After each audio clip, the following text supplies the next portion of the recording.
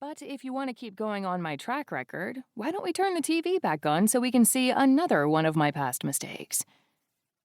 The cold challenge has them both backing down, with soft apologies murmured under their breaths. Smart. Brodie sets his food down. We were just seeing what the score was. He tries reasoning with me, not that he needs to. We've been over this a million times. Everybody gets a chance to choose what to watch on TV, no matter what it is, like baseball. Despite their love for the game, they're loyal to a fault. So even if they're rooting for the very man's team that I have a strong indifference toward, they'll never be Jonathan Dover superfans. Who's in the lead? I ask. The boys share a look. Dante scratches his stubbled jaw. Phillies. Of fucking course. Well, good for them. Blake, I'm tired. I mumble, swiping at my heavy eyelids. I know how much you love that team, so I hope they win. I'll see you guys tomorrow. But I hope their right fielder takes a ball to the nuts, I add silently. Turning on my heel, I walk down the hall that leads to the 3 rooms I spend the most time in when I'm here. When I open the door to the smallest of them all, a closet that was converted into a toddler's bedroom, I'm not surprised when I see the lean figure in the rocking chair placed in the corner. The moonlight spills into the open window, and the white noise machine on the dresser plays a soft lullaby that puts me to sleep when I crash in here.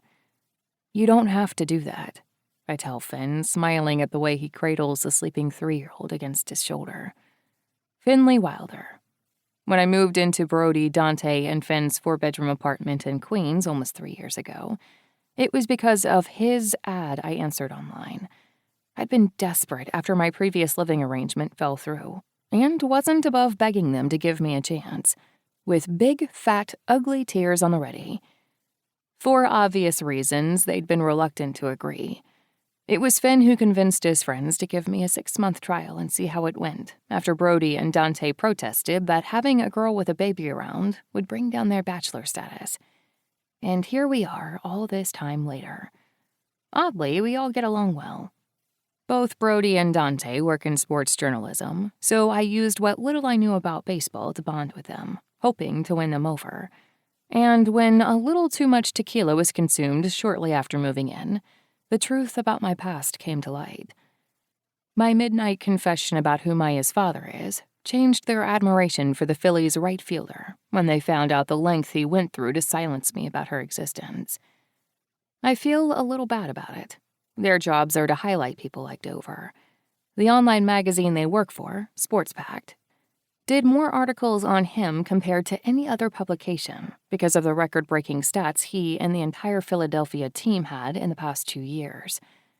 Brodie chose to take on other stories featuring up-and-coming athletes after finding out the truth about the man they idolized. Dante stuck with whatever he was assigned, including Dover, for the money. I can't say I blame him. If I were in his shoes, I probably would have done the same if it meant a good paycheck. I know I don't have to, Finn tells me, carefully standing up and walking Maya over to the twin bed he'd helped put together with Brodie when it was time to get rid of her crib. The guys have been wrapped around her little finger since we moved in. It didn't take long at all before her cute little face won them over. If it weren't for her ability to sleep through the night and be the least fussy kid I know, we probably would have wound up somewhere far less nice. He sets her down with ease without waking her up, smiling down at her as she hugs the blanket Brodie gave her for her birthday last year, when she was going through her Little Mermaid phase.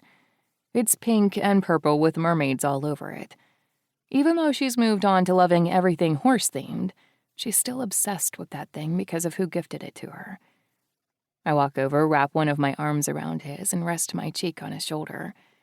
He's not much taller than my 5'7" and fits every stereotype known to man about tech nerds. He isn't overly bulky like Dante or Brodie, but he's not scrawny either.